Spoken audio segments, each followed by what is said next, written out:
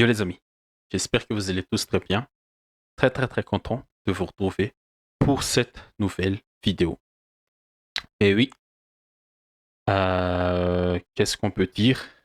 Ben, Arsenal a clairement mérité cette victoire. Une victoire très très très importante. 3-0 à domicile contre le champion en titre, le Real Madrid. La reine, le roi, la royauté de cette compétition qui est la Ligue des Champions. Une victoire amplement méritée pour les joueurs d'Arteta. Une victoire 3-0 avec les buts de Declan Rice, de coups francs tellement magnifiques. Et il a nettoyé la lucarne et l'angle droit de Thibaut Courtois. Et un superbe but collectif conclu par Mikel, numéro 9, Merino. On l'appelle Mikel Merinaldo, mais moi je le préfère, Michael Nine Merino, l'attaquant milieu d'Arsenal. Bon, une victoire 3-0. Ce qu'on peut dire, c'est que on peut dire aussi, c'est que Arsenal a complètement dominé cette rencontre, notamment en deuxième mi-temps. Et on va entrer en détail sur les comment des pourquoi et les pourquoi des comment. Mais avant tout ça, comme d'habitude les amis, je vous invite à liker, à commenter, partager et surtout, je vous invite à vous abonner si vous ne l'êtes pas encore. Donc, Arsenal, Arsenal, Real, match aller des quarts de finale. Qu'est-ce qui s'est passé pour Arsenal? Le 4-3-3. À noter que les deux équipes, quand même, ils sont un peu réduits, diminués par les blessures, des blessures importantes, notamment pour Arsenal, l'absence de Gabriel en défense. Du coup, la titularisation de Kivior aux côtés de Saliba et la ligne défensive est complétée par Timber et le jeune Lewis Kelly. Et dans les buts, c'est bien évidemment Raya. Et au milieu, le milieu conventionnel, on va dire, je vais dire, mais c'est le milieu type d'Arsenal cette saison. Thomas Partey, Declan Rice et Odegaard. Et en attaque, on a eu Martinelli, Merino et Bukayo Saka, qui étaient déjà de retour le week-end passé après un long blessure. Et pour le Real, un 4-2-3-1 qui est modifiable en fonction de ce qu'ils, en fonction de ou s'ils ont le ballon ou pas. 4-2-3-1 modifiable avec Courtois dans le but, Valverde, Asensio, Rudiger et David Alaba titularisés à la place de Ferland Mendy, suspendu si je ne me trompe pas, et titularisé aussi à la place de Fran Garcia.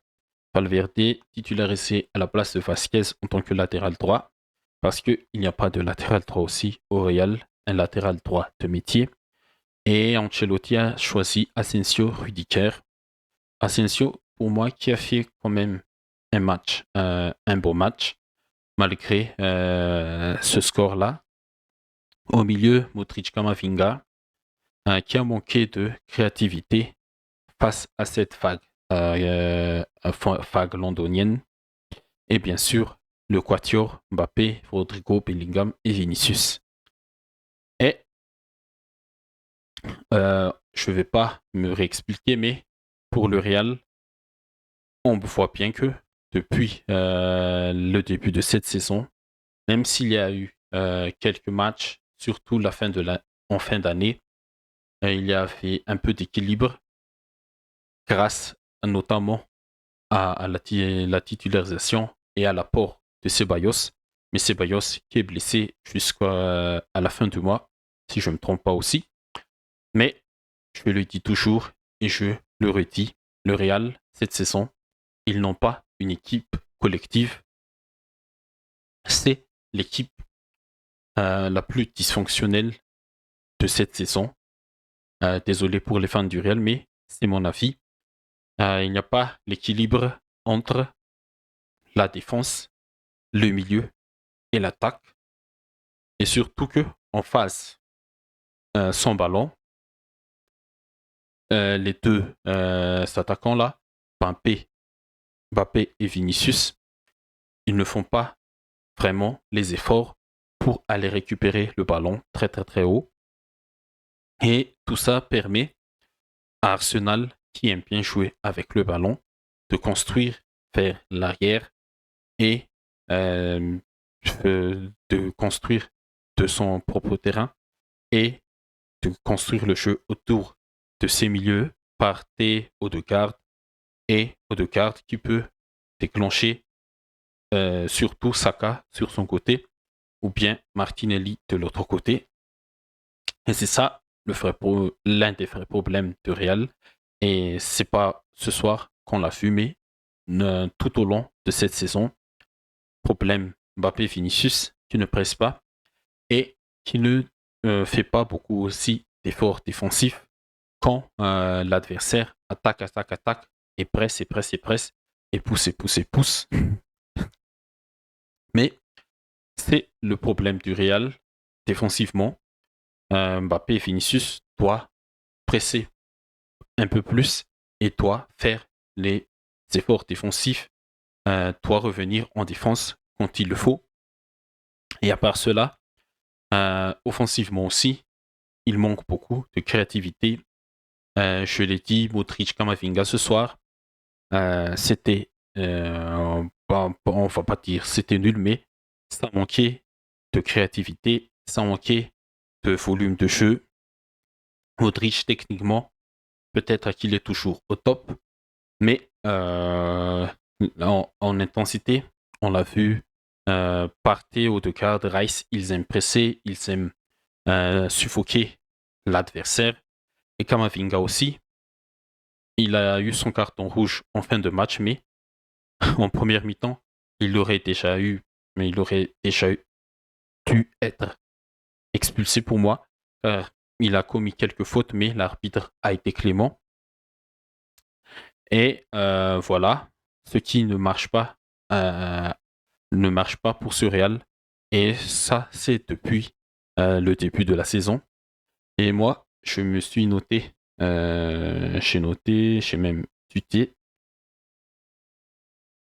que, ouais, j'ai tweeté que le Real, elle n'a pas cette collectif et ce soir, leur seule force, leur seule de force, on va dire ça, le mental, il a lâché et les individualités n'ont pas fait beaucoup de différence. Elles n'ont pas fait de différence tout court.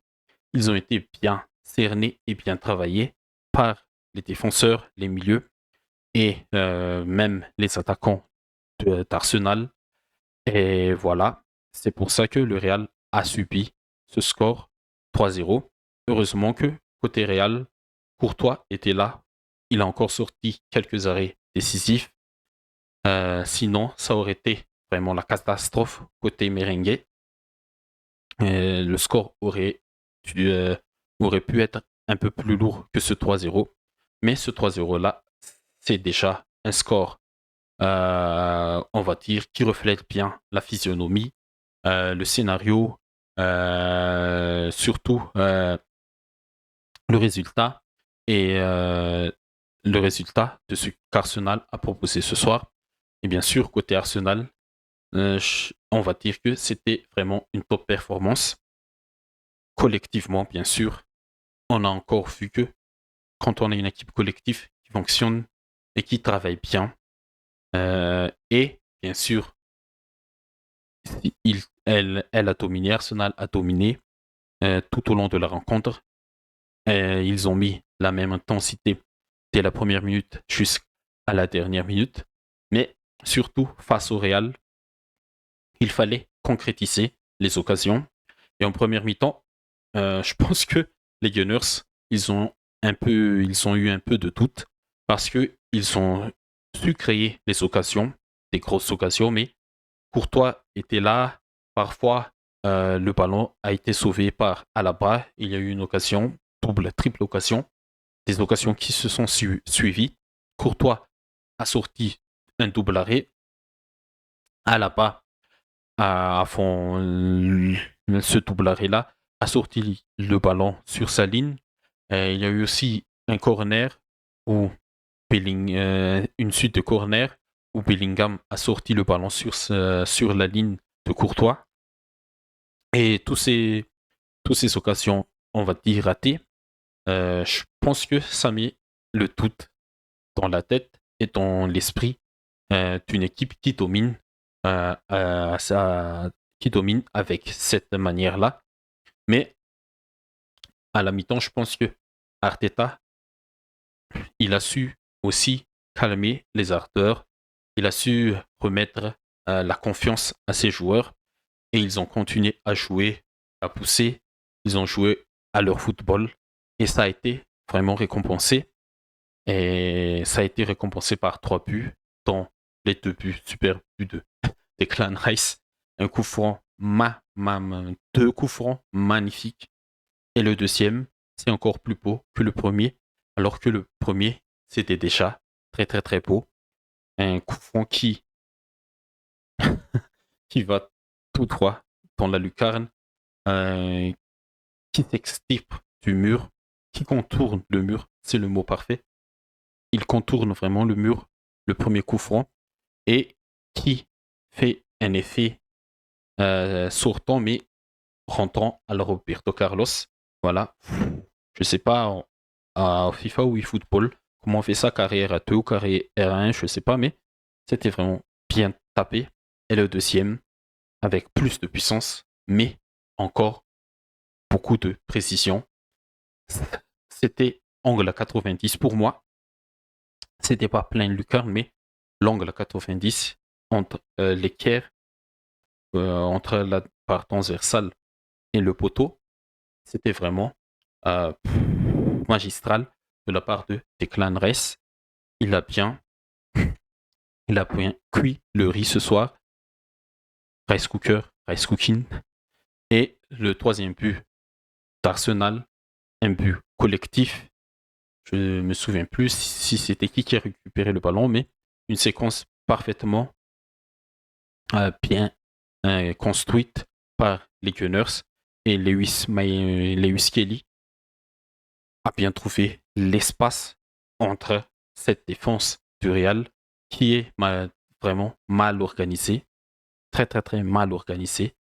Ah oui, je me souviens là, Lewis Kelly, non, c'était Declan Rice, ouais, c'était Declan Rice qui lance l'attaque, qui décale Trossard, et Trossard qui remet en retrait à Lewis Kelly, et Lewis Kelly qui temporise un peu et qui trouve l'espace où mettre le ballon au bon moment et au bon endroit pour Mikel Merino. Et la finition de Merino, c'est une finition d'attaquant des numéro 9. Plat du pied parfait.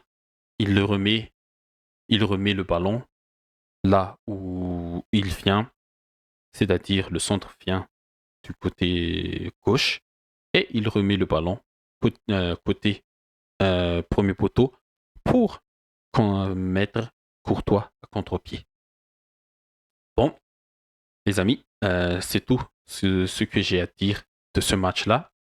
J'ajouterai aussi, bon, collectivement, c'était parfait côté Arsenal et le collectif a été bonifié, bien sûr, par les individualités comme Julian Timber, top match, William Saliba, bien sûr, top match aussi face à Mbappé et Vinicius. Ce n'est pas toujours facile, mais ils ont bien géré ces deux attaquants. Et à ses côtés aussi, Kivior, il a fait un bon match malgré que au début du match, il a raté un dégagement ou une passe. Et Lewis Kelly Timber, j'aime bien leur positionnement quand Arsenal a le ballon, des faux latéraux qui rentrent un peu dans l'axe du jeu, aux côtés de Partey, pour densifier un peu le milieu. Et l'autre, c'est parfois ces Timber qui rentrent C'est parfois c'est Lewis Kelly et l'autre reste en rétention pour former un 3-4. Je ne sais pas comment expliquer, mais c'est un système assez récurrent depuis quelques saisons maintenant. Ce système avec des faux latéraux. Et voilà, Arsenal le maîtrise bien depuis quelques saisons avec Arteta. Ils le sont encore prouvés une nouvelle fois ce soir face au Real. Je pense que le Real, c'est le final boss de cette Ligue des Champions. Et les Gunners, ils prennent vraiment une option pour la qualification, même si le match retour au Bernabeu, ce ne sera pas facile. Ce sera un autre match, une autre physionomie, un autre scénario. Il faudra valider cette qualification la semaine prochaine à Madrid. Et dans l'autre match là, j'ai un peu suivi, mais Bayern-Inter, j'ai un peu suivi. Là, ça charge un peu, mais bon, on va rester sur ce visuel-là. Bayern-Inter, j'ai un peu suivi. Victoire de l'Inter de buts à 1. Une victoire, on va dire, une victoire de Bondy. Victoire, braquage à l'italienne. Parce que le Bayern, j'ai vu d'un petit œil, mais pas vraiment l'intégralité. Le Bayern, ils ont dominé, mais l'Inter, qui sait bien exploiter l'espace, leur jeu sur la largeur, le Bayern n'a pas su gérer cette phase de jeu-là des Interistes. Et c'est pour ça qu'ils ont encaissé ces deux buts-là, pour moi, malgré l'égalisation de la légende bavaroise Thomas Müller. Ça n'a pas suffi pour les Bavarois, malgré la domination. Et aller à son QCP Miazza la semaine prochaine aussi, ce sera très très difficile, surtout face à l'Inter, qui est l'équipe avec la meilleure défense de cette Ligue des Champions. Ok les amis, c'est tout pour moi. Très belle victoire d'Arsenal, 3-0. Une victoire aussi méritée pour l'Inter de buts à 1, malgré la domination du Bayern. Et on se retrouve peut-être demain pour débriefer Barça Dortmund ou bien PSG Aston Villa. Mais j'espère que celle-ci, ça vous a plu. Et si c'est le cas, comme d'habitude, n'hésitez pas à liker, à commenter, à partager. Et surtout, n'hésitez pas à vous abonner si vous ne l'êtes pas encore. On se retrouve pour la prochaine vidéo. Bye bye.